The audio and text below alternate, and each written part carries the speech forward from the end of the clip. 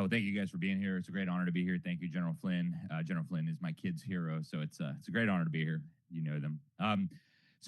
General Flynn started off the day today talking about mission analysis, and so I was thinking about that today. And as I see our mission as the independent media, and really just media and journalism in general, our job is to get the truth to the American people, and now increasingly in a globalized world to all of humanity. This is now a global battle for freedom. And so we have a very important job here, and we are winning. We are winning in a major way. In 2016, when the big tech companies decided to silence people they didn't like, I ran some of Alex Jones's numbers. And when I looked at his YouTube account, he had more followers on his YouTube and more views on his YouTube than almost all of the mainstream fake media combined. That's why they had to delete him. It's not because he said something hateful, because he might have misspoken or said something untrue. It was because we were winning the information war. You look at the polls. Most Americans today regard the media as enemy of the people. And I'm a little bit uncomfortable with that language, but they're enemies of the people. Let's just be honest. That's what they are, right? I just don't like the term because of Castro. But today, we have to figure out how to bypass not just the fake media gatekeepers. And I was in journalism school about 15 years ago, and these guys were living in the last century. Like, you guys are the gatekeepers. Like, you guys haven't heard about the internet yet, right? So we're in a new era, but we have to understand that the big tech companies are not going to build the tools for us to get this information out to the American people. They're not going to do it. We have to find another strategy. If your strategy is Twitter and Facebook and Rumble or YouTube and these things, you got to get a new strategy. They will never let us use their platforms to expose them and defeat their masters. It's just not going to happen. So I always go back to the scripture, and I think we need to. And ever since I came to know the Lord in journalism school, Ephesians 5:11 has been my motto in journalism. And it says, for those of you who aren't familiar with it, it says, have no fellowship with the unfruitful works of darkness, but rather reprove them. Some translations say expose them. And that is what real journalism is about. We're exposing the evil so that people can make good decisions and do what needs to be done. So we can't use the big tech platforms to free ourselves or to get this information out. And I will argue today that we need to actually start thinking about going back to what worked before big tech took over the information landscape. Printed magazines, right? I'm senior editor at the New American Magazine. I write for the Epoch Times regularly. These are the kinds of tools we need. Not only can you read them in your hand without any influence from Google or Microsoft or any of these totalitarians, when you're done, you can give it to your neighbor. You can give it to your mom. You can give it to your wife. You can give it to your city councilman, to your mayor. We must go back to these things. AM/FM radio is great. We have to see how long that's going to be around. We are going to have to deal with AI, folks. Within the next few years, our entire industry is going to be completely transformed. I know today's not the time or the place to talk about that, but when I was in journalism school, again, about 15 years ago, one of the most prestigious journalist schools in the world, total joke. I started writing for a newspaper. It was an absolute joke. I could not believe I wasted time and money there, but it is what it is. University of Florida. Sorry, Gators.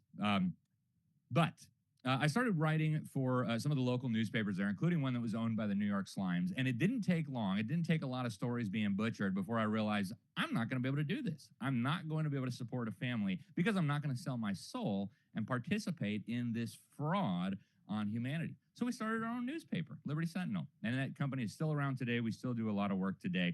That's what we need to start doing. We either need to revitalize institutions that already exist and have a good reputation and have credibility, or build new ones. Again, they're not going to give us the tools to free ourselves. So we have to build these new institutions.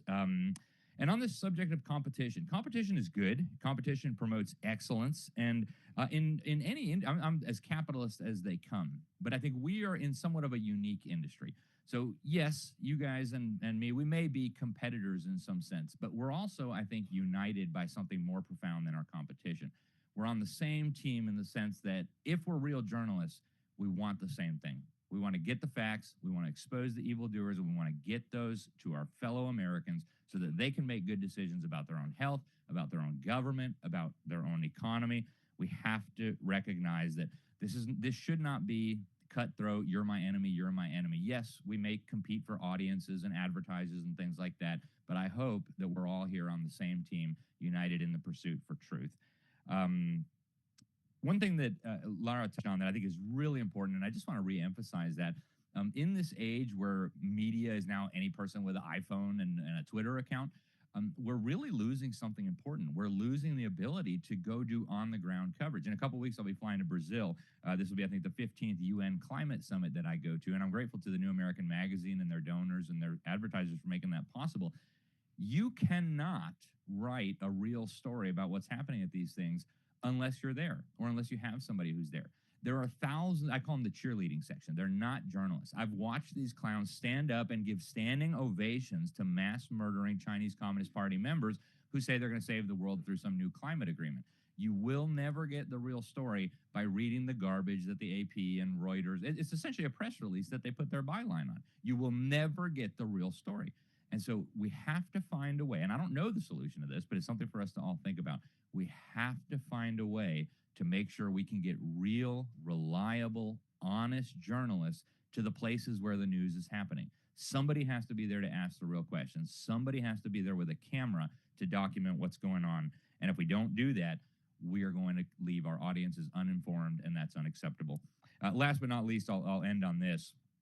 And I sometimes feel like a broken record because I'm always talking about education. It's even more important than journalism in this war for truth and information. Right now, they've got about 85% of our children being dumbed down in the most literal sense possible and indoctrinated, not just to accept the tyranny that they're planning for us, but to actually beg for it.